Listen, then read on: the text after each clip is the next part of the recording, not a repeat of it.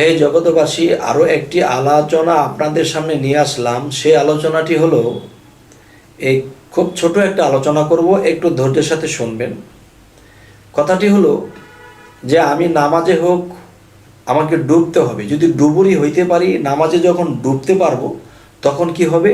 সেই সাগরের তলদেশে যদি কেউ ডুবুরি হতে পারে, ডুবতে পারে, তাহলে হীরার দানা, মানিক, মুক্তা মানিক নিয়ে আসতে পারবে। আর যদি সে ভাসন্ত থাকে, তাহলে আর কোনো দিন পাবে না। তবে আমার কথা হলো যে নামাজে হোক, ধ্যানে হোক, আল্লাহর জিকিরে হোক, আমাকে ডুবতে হবে। আল্লাহর প্রেমেও আল্লাহর ভাবে আমাকে ডুবতে হবে। যখন আমি না ডুববো, তখন কিন্তু আমি কিছুই পাবো না। আচ্ছা, এ হলো একটা কথা। আরেকটি কথা হলো যে একজন মানুষ বয়ান করতেছে, একজন মাওলানা সাহেব ওয়াজ করতেছে, তখন দেখা যায় আমরা যখন ওয়াজ শুনতেছি, তো ওয়াজের মধ্যে নবী, রাসূল বা ওলিয়া আউলিয়াদের খুব সুন্দর সুন্দর আলোচনা করতেছে। এগুলো শুনে শুনে আমার চোখে পানি আসতেছে।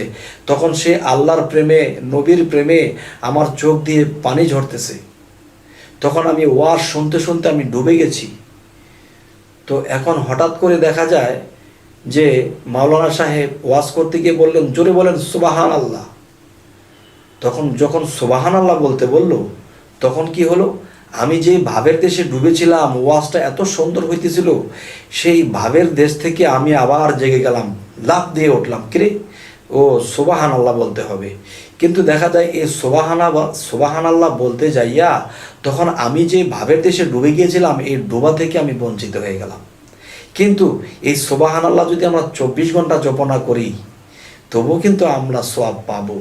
কিন্তু সুবহান আল্লাহটা এমন জায়গায় দিয়ে যখন ধমক দিয়ে বলা হয়, জোরে বলেন সুবহান আল্লাহ, তখন একটা মানুষজন ডুবেছে আল্লাহর প্রেমে, আল্লাহকে নিয়ে ভাবতেছে, নবীকে নিয়ে ভাবতেছে, তখন তিনি কি হলো?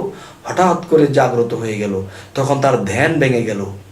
যার কথা শুনে সে ধ্যানের দেশে ডুবে গেছে, আল্লাহর প্রেমের দেশে ডুবে গেছে, সে কিন্তু সুবহান আল্লাহ যখন জোরে বলতে বলল, তখন তার ধ্যান নষ্ট হলো। তাহলে কি করলো?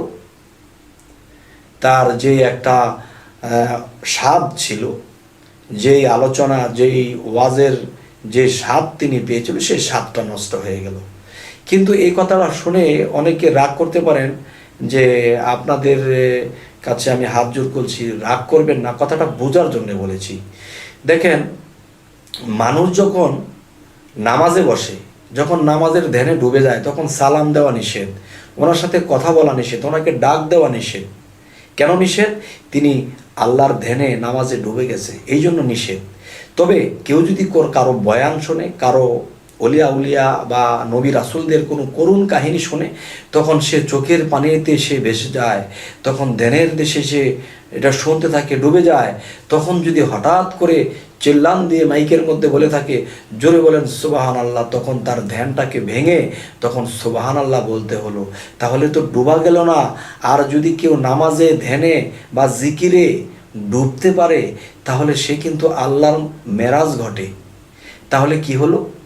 আমার ডুবন্ত অবস্থা থেকে আমি ফিরে এলাম। তো আজকের এই কথাটা যদি আপনাদের কারো ভালো লাগে, তাহলে একটা ভালো কমেন্টে জানাবেন। আর যদি কারো খারাপ লাগে, তাহলে আমাকে বলে দেবেন। তাহলে এরকম আর বলবো না। কারণ আমি বললেই তো হবে না, এরকম কথা বলতে হবে যেই কথাগুলো মানুষের জ্ঞানে ধরে, মানুষ কিছু বুঝতে পারে। তো আমি যদি এরকম কিছু বলি যে মানুষের ক্ষতি হোক, আমলের ক্ষতি হোক, এমন কিছু যদি বলি, তাহলে কিন্তু এরকম না বলাই ভালো। তবে জ্ঞানী সম্প্রদায়ের কাছে আমার এই কথাটা ছাড়লাম। যদি কোনো জ্ঞানী সম্প্রদায় যদি বলে যে না, কথাটা ঠিক আছে, তা আলহামদুলিল্লাহ। আর যদি তিনি বলে যে না, কথাটা ঠিক না, তাহলে আমি এটাকে চেঞ্জ করব, কিংবা এই কথাটাকে আমি অন্যভাবে বোঝাবো। তবে আমাদের এই কথাবার্তা যদি আপনাদের ভালো লেগে থাকে, আমাদের আরও ভিডিওগুলো পেতে আপনারা সাবস্ক্রাইব করুন, আমাদের বাকি ভিডিওগুলো পেয়ে যাবেন। তো আজ এই বলেই রাখছি, সকলেই ভালো থাকবেন। আল্লাহ হাফিজ।